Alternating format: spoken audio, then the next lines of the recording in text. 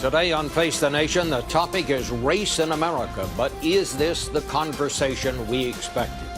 Many thought the election of the first African-American president would mark a new era in race relations. But somehow, when racial issues emerged, this White House seems to stumble, as when it rushed to judgment on government worker Shirley Sherrod last week. And what about the administration's handling of that fringe group called the new Black Panthers? We'll bring together an extraordinary panel to discuss all of it. From Princeton, Professor Cornel West, Georgetown University sociologist Michael Eric Dyson, two conservative columnists, Michael Gerson of the Washington Post and John Fund of the Wall Street Journal, and Abigail Thernstrom, a Bush appointee to the Civil Rights Commission. Afterward, I'll have some thoughts on the role the media played in all of this. But first, race in America on Face the Nation.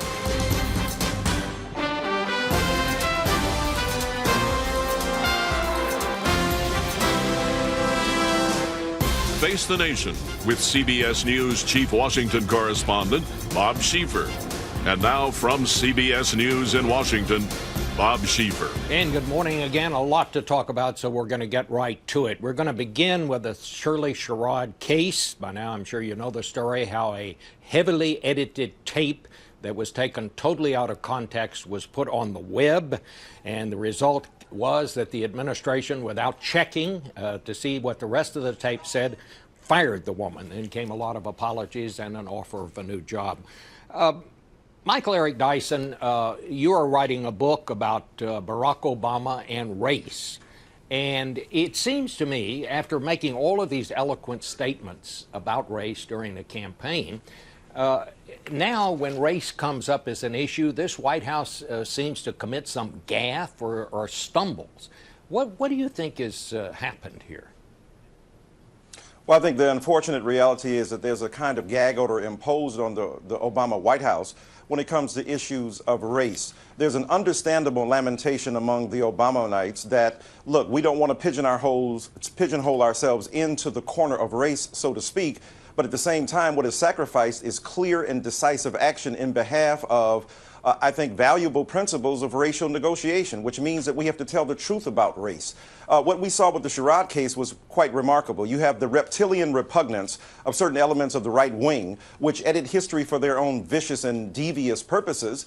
And then you have the marrying of on one hand of historical amnesia with an exaggerated sense of racial injury, which leads to a kind of racial privileging and a kind of white innocence that I think takes off here, because a lot of white people think that in the age of Obama, we're living in a post-racial era. There are at least 2 or 3 myths out there, Bob. One of them is that the rough equality of the 1960s provided the opportunity for all peoples of color and white people to be roughly equal. Secondly, that the stale bread of the arguments of the 60s needs to be discarded, and what we need to eat in its place is the fresh bread of new arguments, but it's a kind of racial non-tolerance, and there's a zero racial characterization. And then finally, I think what happens, we're not living in a post-racial era. The Obama administration has been intimidated by the far right wing, which is addicted to a kind of paranoia of race that then leads to paralyzing racial conversation, which means there's no word from the White House that's positive about the issue of race. All right, well, let me turn to Michael Gerson. You've written a lot about this. Do you think this was just sloppy work by one guy on a website and then was picked up by some of the media? Or is this something that goes deeper than that? No, I think it goes deeper. I think we're in a moment where you have people on the left and on the right that want to take political polarization and turn it into racial polarization for their own purposes, to get internet hits or to get supporters or other things. That's a very, very disturbing trend. So you have it with the new Black Panther case, in my view, where you take an incident and try to turn it into a narrative when it really doesn't justify that in a lot of ways. It's damaging for the reasons the other guest talked about. I mean, these wounds are very close to the surface in America. When people take these issues and attempt to use them for political reasons, when they feed rage, they're doing something very, very dangerous. And I think, you know, historically, it's a real problem. Cornel West, Bob Herbert of the New York Times said the Obama administration runs from race issues like a thoroughbred bolts out of the starting gate. Is the president too sensitive on race? I think Bob Herbert's absolutely right, and Tavis Smiley and others have been making this point with great insight. I think what you have is you have a PR operation where the White House is reluctant to want to intervene in issues of race. And let us be clear what we're talking about. We're talking about race. This is not just some deodorized discourse. This is a history of black people being terrorized, traumatized, and stigmatized to try to convince black people that we are unworthy to have our poverty addressed, to have our bad schools, our bad education, our unemployment rates, underemployment rates, to keep us scared and intimidated. And this is what is so magnificent about Shirley Sherrod. She is democratic nobility and black royalty. She's an American hero. She's a Christian soldier for justice. Why? Because in the face of terror, in the face of trauma, in the face of being stigmatized, what does she do? Like Martin King, like Fannie Lou Hamer. I will love my way through this darkness by promoting justice, not revenge. That's a great legacy of black people. We see brown people trying to do the same thing in Arizona in the face of America turning away. Now, we've made great progress. Barack Obama's one example of that. But he's caught in the middle. Brother Dyson is right about this. He's caught in the middle. You got a PR operation on the one hand, not wanting to engage in the other. And I would say to my dear brother Barack Obama, if you don't stand for something, you'll fall for anything. All right. I want to get back to this case, but before we go too far here, I want to get into this controversy over the administration's decision to drop most of the charges against this fringe group called the New Black Panther Party for voter charges that they intimidated voters in Philadelphia. It all got back in the news a couple of weeks ago when a Bush appointee to the Justice Department, J. Christian Adams, said he had resigned because of the Obama administration's reluctance to press charges against African Americans on these issues. And then he talked about it with our legal correspondent, Jan Crawford.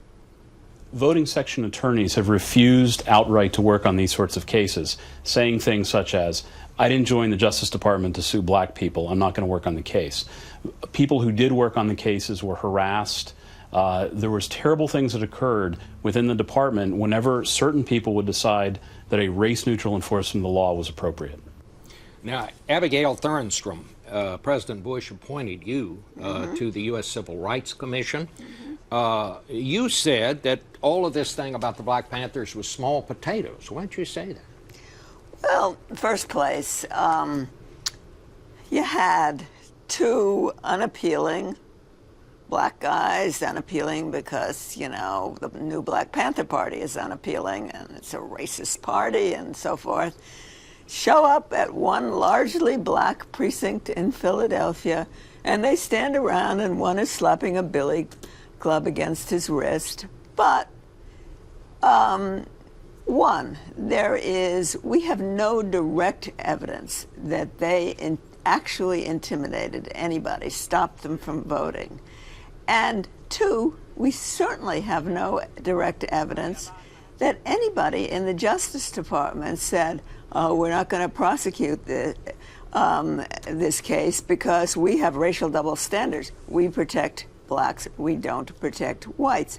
And my view, if anyone bothered to read my rather lengthy dissent on this issue, was there are more important voting rights issues to talk about. Well, in fact, officials at both the White House and the Justice Department deny totally the allegations. They also point out that they did get an injunction, a court order against the guy that carried the billy club, that he can't go around a polling place anymore, and they say that, this is just flatly untrue.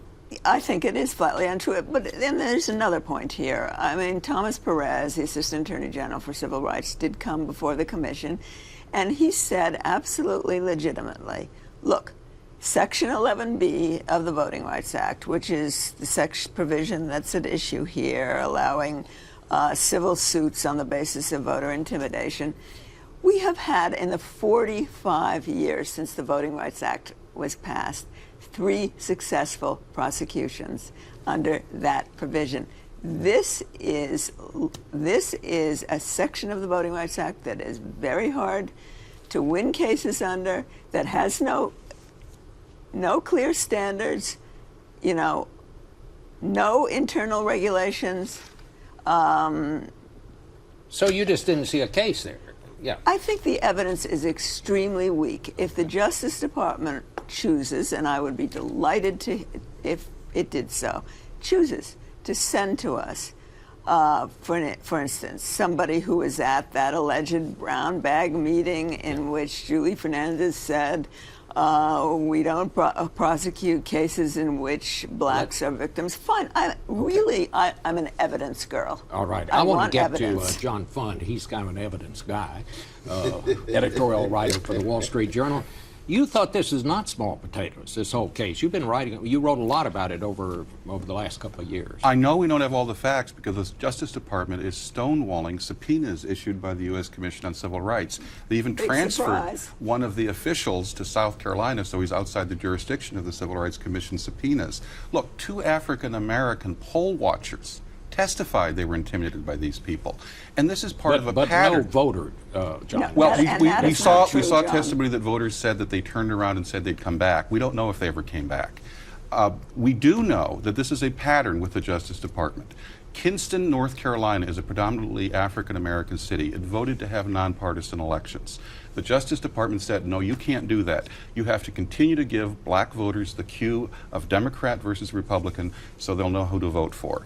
And you go through it, Georgia wanted to take Social Security data and verify the U.S. citizenship of people who were registering to vote. Justice Department said you couldn't do that. There is a consistent politicization of the Justice Department. We just had a report clearing the Bush administration of illegality in the U.S. Attorney's case. I think that the Justice Department is clearly stonewalling these subpoenas because they have something to hide. Do I know exactly what they're hiding? I don't. And I just want to say something about Mr. West's comments. I agree we've made great progress in race in this country the last 50 years. And the terror and the trauma and so forth. And there's still lots of problems remaining. Our rhetoric is stunted on this issue. Every political year, every political season, you get these hair-trigger responses from the internet, from the Obama administration. Why is this? This is about politics as well as race. Mary Frances Berry, who was the former chairwoman of the Civil Rights Commission under President Clinton, said, tainting the Tea Party movement with a charge of racism is proving to be an effective strategy for Democrats. No evidence Tea Party hearings are any more racist than other Republicans and indeed many other Americans. But having one's opponent rebut charges of racism is far better than discussing joblessness. We have 9.5% unemployment, 50% teenage black unemployment, 16% adult black unemployment. There are a lot of issues to discuss in this table. I don't think these are the most pressing political issues. I just want to ask Dr. Thornstrom one question. You made an extraordinary statement to Politico when you said conservatives on the U.S. Civil Rights Commission thought they could use this case to bring down the Attorney General and really damage the President. Has the Civil Rights Commission become that partisan? I mean, do you mean that literally? Well, I do mean it literally, but this is a he said, she said situation, and that it's not recorded anywhere. But look, race and politics, and I think Mr. Gerson said this, they've become so entangled.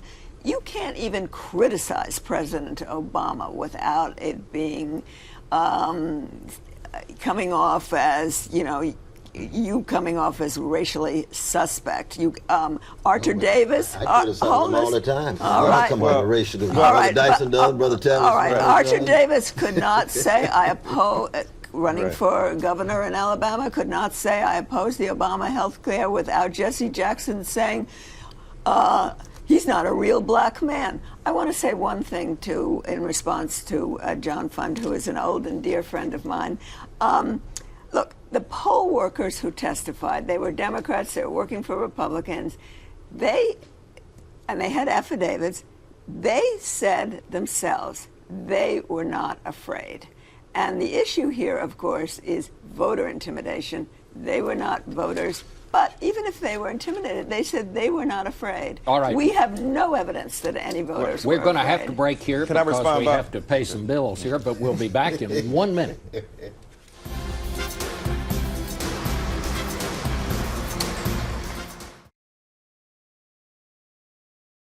And we're back talking about race in America. Michael Eric Dyson of Georgetown, you wanted to get into this discussion when we went to commercial break.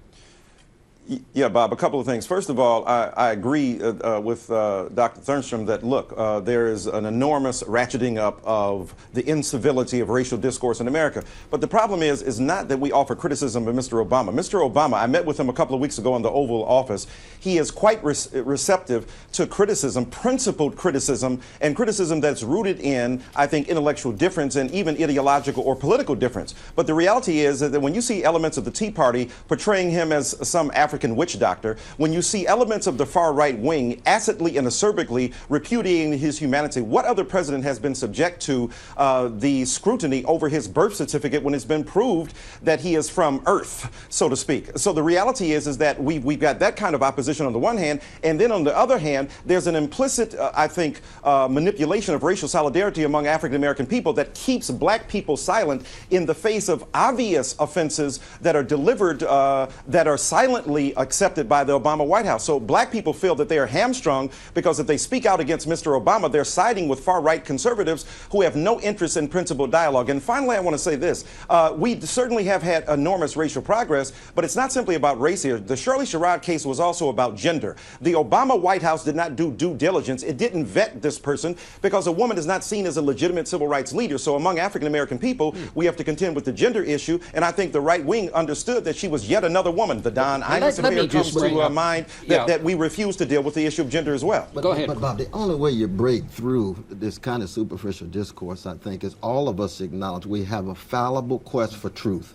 And the condition of truth is to allow suffering to speak. And we don't like to talk about suffering among our poor people of all colors, but especially black poor and red poor. We don't like to talk about the levels of unemployment, the levels of underemployment, the decrepit schools, the disgraceful school systems, and decrepit housing and so forth. Why? Because then we're talking about power, privilege versus poverty and relative powerlessness. That's the challenge. Race is integral. Race is part of this issue of joblessness. Let me just, because that leads into the question I want to ask Michael Gerson. You wrote this week that a lot of these controversies are the result of what you said, quote, too many Americans searching for excuses to justify their rage. How does that work? Well, it works because we're a big country. We've got over 300 million people. If you set out, and if you're an internet site or a cable network, if you set out to find an excuse, some incident to emphasize, you can find one in America and run it over and over again. It could be a picture at a Tea Party rally of a single sign. Okay, it could be yeah, exactly, or a video at that had to do with the new Black Panthers, and it makes it look like it's a crisis of race, when in fact these are incidents in America, and it exaggerates the industrial complex, the crisis in our education. I mean, you would agree. You were outraged at 9/11, right? Right. No. I agree. We all were outraged at 9/11, but that's terrorism. Well, when innocent people are being put to death, rights violated, pushed to the margin, we have a right to be outraged. It's a different. John Fund wants to get into this. We have generations of minority school children that are being deprived of a good education in urban schools. Right now in this city, Michelle Rhee is trying to reform those schools. She's being blocked by teachers union and other special interests. That's a race gap we should be talking about. I think Mary Frances Berry is an honest liberal. The former chairwoman of the Civil Rights Commission says there's no evidence that Tea Party adherents are any more racist than other Republicans, and indeed many other Americans. Having one's opponent rebut charges of racism is far better than discussing joblessness. Why don't we talk about the real issues? The real issues. And this is all politics leading up to the election. Let's have a moratorium. Unless someone really practices real racism, which is racial superiority. I'm better than you. Unless you, the gotcha game should stop. Let's have a moratorium until the election. Can I jump in here? Racism's already working. Structural racism already working. Here's the point. Go ahead, Michael. The reality is that you have the manipulation of symbols of success. That's why Obama's election provided many people coverage for the belief that we were in a post-racial society. We no longer had to deal with the issue of race, but the deep, abiding, persistent structural inequality that prevails is a different matter. Having Obama at the top is one thing. So we have the support and the spark of racial dialogue and discourse in in the bottom and the suppression at the top, the symbolic representation of Barack Obama's success does not translate well to most African-American people who are subject to vicious forms of inequality and racial injustice that prevail. A prison system where disproportionate numbers of African-American people are in prison, a school system that's going all to hell, and the inability of most people of color to find decent employment. 16.5% of African-American people are unemployed. Those are the racialized issues that need to be addressed both from the White House and in the broader public. Dr. Thurns. Well, two things. When Obama came into office, I don't think anybody expected a quote-unquote post-racial society. But we did have some hopes for leadership on the issue of race. And leadership consisting of knowing when to lower the temperature on race-related conflicts. And I think that that is extremely important. And indeed, as well, telling kids, black kids, America is wide open to whatever aspirations you have, but you gotta go to school, you gotta stay in school, you gotta work in school. And just one thing on the Tea Party. One thing on the Tea Party movement. A Gallup poll has shown the Tea Party movement is completely representative of America. 23% of minorities. The example of Shirley Sherrod is, just like Martin King, when you put the focus on the suffering and allow blacks and whites and reds and browns to come together to focus on the suffering, that's how the temperature goes down. It doesn't go down by avoiding, it doesn't go down by deodorizing the dialogue. You got to allow some of the funk to come to the surface. All right, we have to end it. Right, because right now it's a frigid racial dialogue that's back with some frozen. final thoughts in just a minute.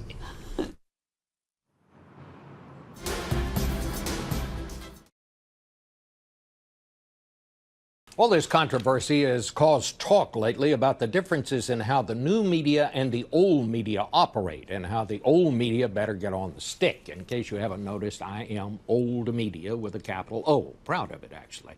And yes, we do operate differently than some in the new media, and I, again, underline some. Here's one way. Old media makes its share of mistakes, but not if we can help it. We still call people involved in a story to get their side. Editors fact check, and we never publish or broadcast anything unless we think it's true. Last week, we saw what can happen when it's done the other way. A partisan blogger with an agenda, not a journalist, put the heavily edited, totally out of context, now infamous soundbite of Shirley Sherrod on the internet. Some of the cable folk picked up the story and demanded the woman's ouster. No calls to those involved, no checking of any kind. Just throw it out there and leave it to the woman to defend herself. Even worse, an administration so anxious to wash its hands of the controversy before the evening news came on didn't check either and fired her. You know the rest of the story, including all the apologies. I know the old media can always learn a thing or two from the new media, and I sure don't want to lecture the young folks, even the older ones masquerading as new media. But hey, if you would just make a call every once in a while to check these things out before you put it on the web, you could save all of us a lot of trouble. Back in a minute.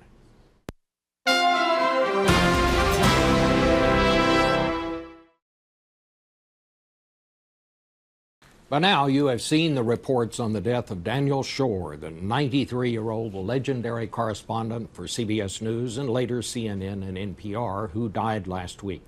Dan was one of the best, and I learned a lot from him. We all did, and we remember him with fondness and the greatest respect. See you next week.